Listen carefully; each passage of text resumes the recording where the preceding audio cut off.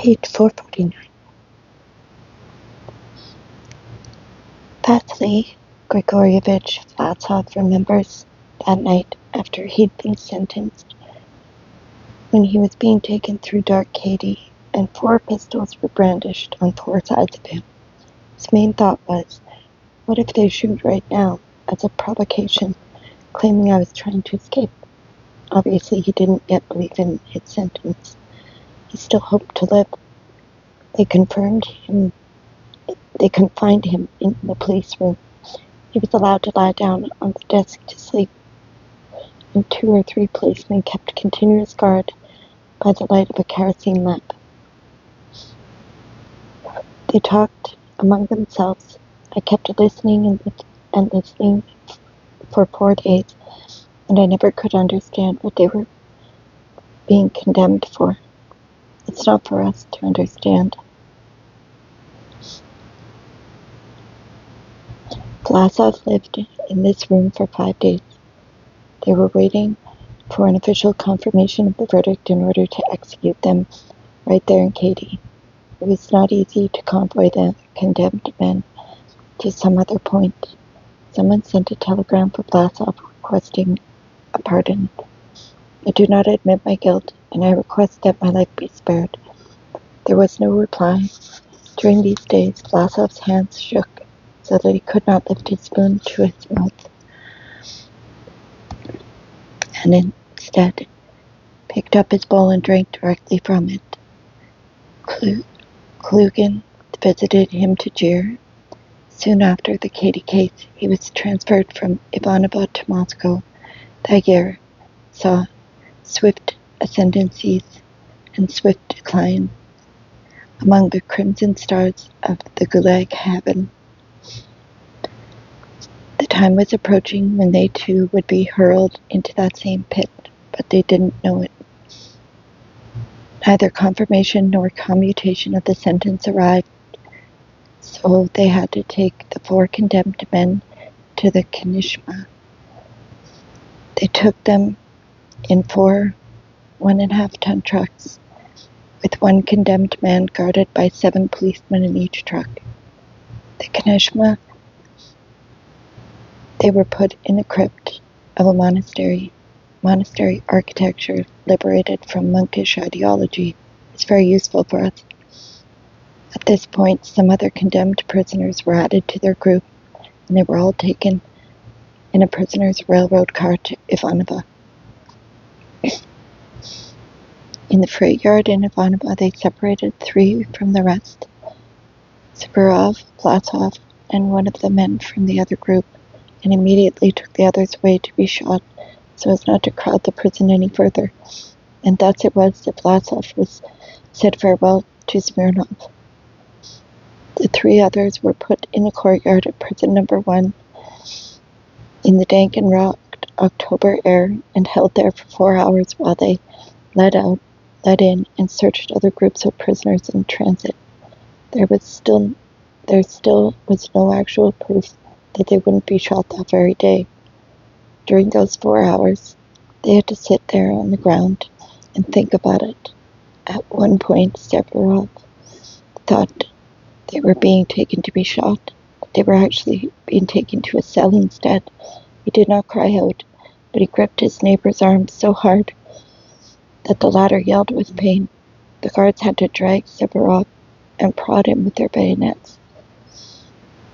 There were 4 death cells in this prison, in the same corridor as the juvenile cells and the hospital cells.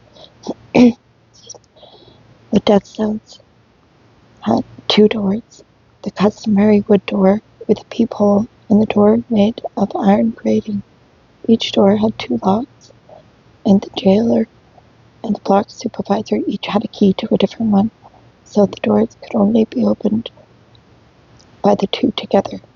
Cell 43 was on the other side of the wall of the interrogator's office, and at night, while the condemned men were waiting to be executed, their ears were tormented by the screams of prisoners being tortured.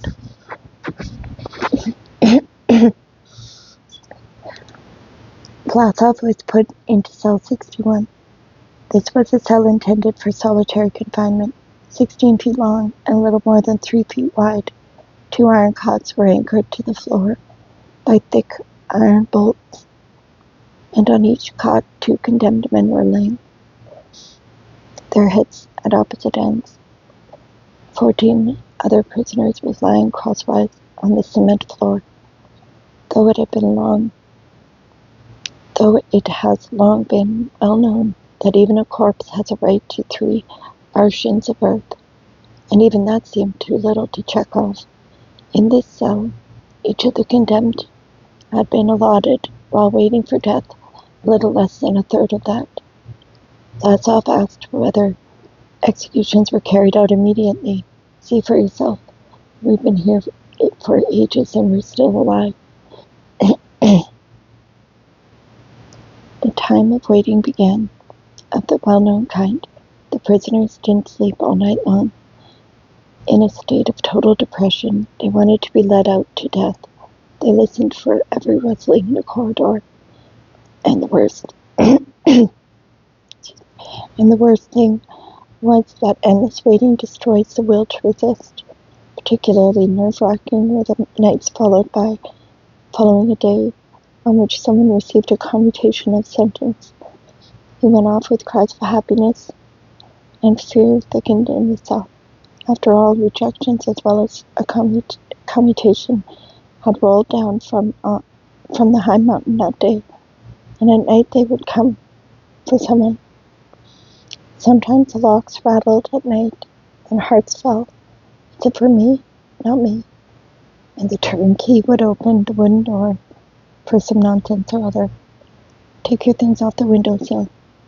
That unlocking of the door probably took a year off the lives of all 19 inmates. Maybe if that door was unlocked a mere 50 times, they wouldn't have to waste bullets. But how grateful to him everyone was, because everything was all right. We'll take them off right away, Citizen Chief. After the morning visit to the toilet, they went to sleep, liberated from their fears. The jailer brought in the pail of gruel, and said good morning. According to prison rules, the inner iron door was supposed to be opened only in the presence of the duty officer for prison. But, as is well known, human beings are better and easier than their rules and instructions. And in the morning, the jailer came in without the duty officer and greeted them quite humanely. No, it was even more precious than that. Good morning. To whom else on all the earth was that morning as good as it was to them? Grateful for the warmth of that voice and the warmth of that dishwater, they drifted off to sleep until noon. They ate only in the morning. Many were unable to eat when they woke during the day. Someone had received a parcel. Relatives might or might not know about the death sentence.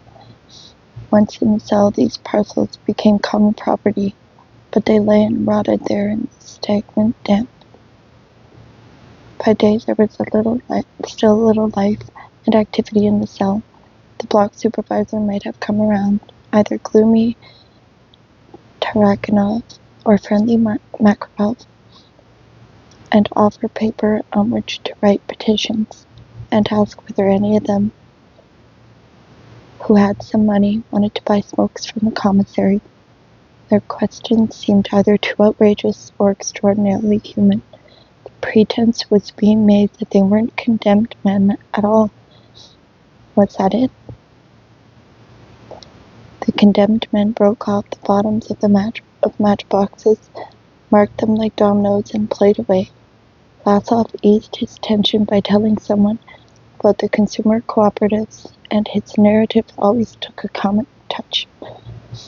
Yakov Petrovich Kolpakov, the chairman of the Sudogda District Executive Committee, a Bolshevik since spring 1917 who joined up at the front, sat for dozens of days without changing his position, squeezing his head in his hands, his elbows on his knees, always staring at the same spot on the wall. It must have been so jolly to recall the spring of 1917. Vlasov's garrulity irritated him. "How can you?" And Vlasov snapped back at him. "And what are you doing, preparing yourself for heaven?" Vlasov spoke with round oaths, even in a fast retort. "For myself, I've decided only one thing. I'm going to tell the executioner, you're alone, not the judges, not the prosecutors. You alone are guilty of my death, and you are going to have to live with it. If it weren't for you, willing executioners, there would be no death sentence, so then let him kill me, the rat." Kolpakov was shot. Konstantin Sergeyevich Arkadyev, former manager of the Alexandrov District Agricultural Department in Vladimir Province, was shot. Somehow, in his case, the farewells were particularly hard. During the night, 6 guards came tramping for him, making a big rush of it, while he, gentle, well-mannered, kept turning round, twisting his cap in his hands, putting up the moment of leave-taking from the last people on earth for him. And when he said his final farewell, you could hardly hear his voice. At the very first moment when the victim had been pointed out, the rest are relieved. It's not me. But right after he has been taken away, the ones left behind are in a state that is hardly any easier to bear than his. All the next day, those left behind are destined to silence, and they won't want to eat. However, Garaska, the young fellow who broke up the building of the village Soviet, ate well and slept a lot, getting used to things even here with typical peasant facility. He somehow couldn't believe they would shoot him, and they didn't. They commuted his sentence to a tenor. Several of the inmates turned gray in 3 or 4 days before their cellmates' eyes. When people wait so long for execution, their hair grows, and orders are given for the whole cell to get haircuts, for the whole cell to get baths. Prison existence goes on without regard to sentences. Some individuals lost the ability to speak intelligently and to understand, but they were left there to await their fate anyway. Anyone who went insane in the death cell was executed insane. Many sentences were commuted. It was right then, in the fall of 1937, that 15 and 20-year terms were introduced for the first time since the revolution, and in many cases they replaced the executioner's bullets. There were also commutations to 10-year sentences, and even 5 years. In the country of miracles, even such miracles as this were possible. Yesterday he deserved to be executed, and this morning he gets a juvenile sentence.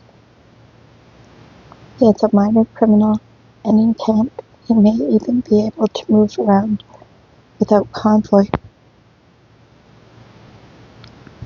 Kamenko, a 60-year-old Cossack captain from the Kuban, was also imprisoned in their cell. He was the soul of the cell. If a death cell can be said to have a soul, he cracked jokes, he smiled at himself. He didn't act as if things were bad. He had become unfit for military service way back after the Japanese War, had studied horse breeding, and then served in the provincial local government council. By the 30s, he was attached to the Ivanova Provincial Agricultural Department as inspector of the horse herd of the Red Army. In other words, he was supposed to see to it that the best horses went into the army. He was arrested and sentenced to be shot for wrecking, for recommending that stallions be gelded before the age of 3, which means he allegedly subverted the fighting capacity of the Red Army.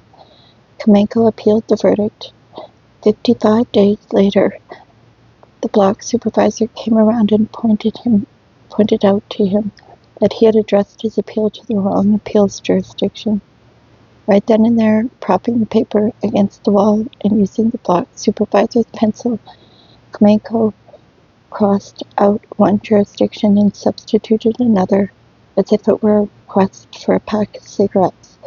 Thus clumsily corrected, the appeal made the rounds for another 60 days, so Camango had been awaiting death for 4 months. As for waiting a year or two, after all, we spent year after year waiting for the angel of death. Wasn't our whole world just a death cell? And one day, complete rehabilitation for Camango arrived. In the interval since his sentence, Ch.11 had given orders that gelding should be done before age 3, die 1 minute, and dance the next. Many sentences were commuted, and many prisoners had high hopes, but Vlasov, comparing his case with those of the others, and keeping in mind his conduct at the trial as the principal factor, thought that things were likely going badly for him. They had to shoot someone. They probably had to shoot at least half of those condemned to death, so he came to believe they would shoot him. And he wanted just one thing, not to bow his head when it happened. That recklessness, which was one of his characteristics, returned to him and increased within him, and he was all set to be bold and brazen to the very end. And an opportunity came his way, making the rounds of the prison for some reason, most likely just to give himself a thrill.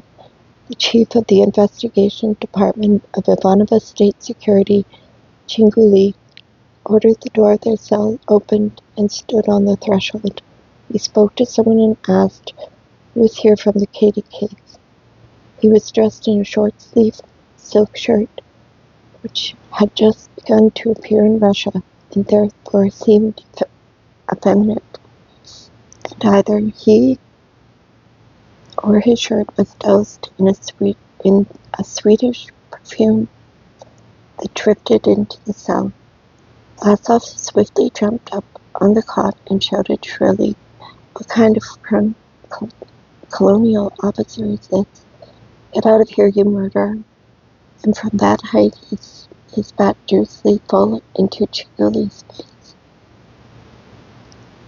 And he hit his mark. Chinguli wiped his face and retreated, because he had no right to enter the cell without 6 guards, and maybe not even with 6 guards either. A reasonable rabbit ought not to behave in that fashion. What if Chinguli had been dealing with your case at that moment, and was one to decide whether to commute or not? After all, it must have been a reason for asking who is here from the Katie case. That was probably why he came. But there is a limit, and beyond it, one is no longer willing. One finds it too repulsive to be a reasonable little rabbit. And that is the limit beyond which rabbits are enlightened by the common understanding that all rabbits are foredoomed to become only meat and pelts, and that at best, therefore, one can gain only a postponement of death and life in any case.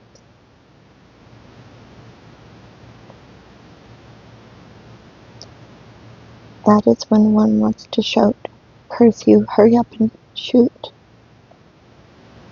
It was this particular feeling of rage which took hold of Vlasov even more intensely during these 41 days of waiting for execution. In the Ivanova prison, they had twice suggested that he write a petition for pardon, but he had refused. But on the 42nd day, they summoned him to a box where they informed him that the Presidium of the Supreme Soviet had commuted the supreme measure of punishment to 20 years of imprisonment in corrective labor camps, with disenfranchisement for additional 5 years. The pale Vlasov smiled wryly, and even at that point words did not fail him. Quote, "It is strange. I was condemned for a lack of faith in the victory of socialism in our country, but can even Kalinin himself believe in it if he thinks camps will still be needed in our country 20 years from now?" Unquote. At the time, it seemed quite inconceivable. After 20 years, strangely, they were still needed even after 30. Thank you for listening. Catherine.